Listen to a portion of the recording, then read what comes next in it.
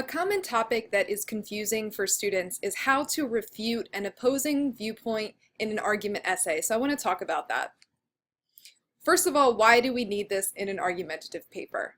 The first thing it does is it helps us connect with our audience. We have to imagine that people might not agree with us on this, whatever our argument is, and they may see holes in our argument. So if we don't address these, we're unable to really completely connect with the other person's viewpoint or the other person's stance. It's really good to anticipate their viewpoints and also anticipate, what they might say or what evidence they might use to refute what you're saying. And it's also important that we shut down these counterpoints, that we look at these opposing viewpoints and explain why they aren't as valid as our own approach. Lastly, it strengthens our ethos, our credibility. If we're just sort of stating our opinion, people might not take us as seriously as if we would actually think about what other people might look at in our situation or within our stance. Opposing viewpoint is literally just the view of someone who disagrees with your own stance. So when you have a thesis statement in your paper, that's your idea. But someone should disagree with your idea or it's not really an argument. So what would people who disagree with you say? What would they say in response to your body paragraphs or your overall argument? Anticipate these ideas as well as evidence they might use to sort of come against whatever you're trying to say. Refute is a verb. It means to prove wrong. So you want to remember that even though you are including an opposing viewpoint, you're not supporting it. You're proving it wrong.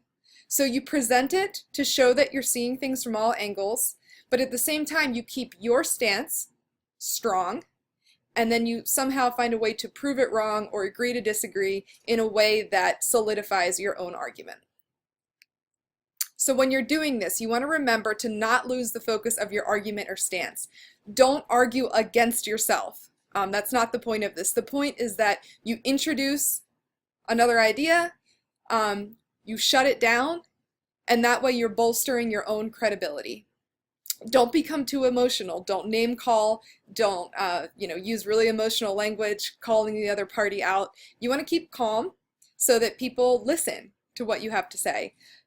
Know your audience well and anticipate what they might point out in your argument that's missing. So think about who your audience is. What is the demographic of your audience? Who are the people who would disagree with you, and what would they say? Lastly, here's an example. So I'm imagining that I'm writing a paper, and this is something I very firmly believe. Instead of talking, we should all converse in song, singing our ideas instead of stating them. So maybe a lot of people would disagree with me on this, and I've written a start to an opposing viewpoint paragraph to show you what I mean. So I can introduce other people's ideas while also proving my point. Though some may argue this new form of communicating could cause breakout dance numbers or egoic spotlight behavior, the benefits outweigh the issues. So I have a main sentence there that says, some might think this, but the benefits still outweigh the problems with it. Yes, when singing about my difficult day at work, a small chorus may join in behind me, but this would only contribute to the richness of the depressing tone, right? Also, this may lead to a solo ballet performance on the corner, but wouldn't movement help me to express myself better than words? Yes, this could prolong conversations, yet isn't it time that we expressed ourselves through more than one dimension and took the time to completely understand each other?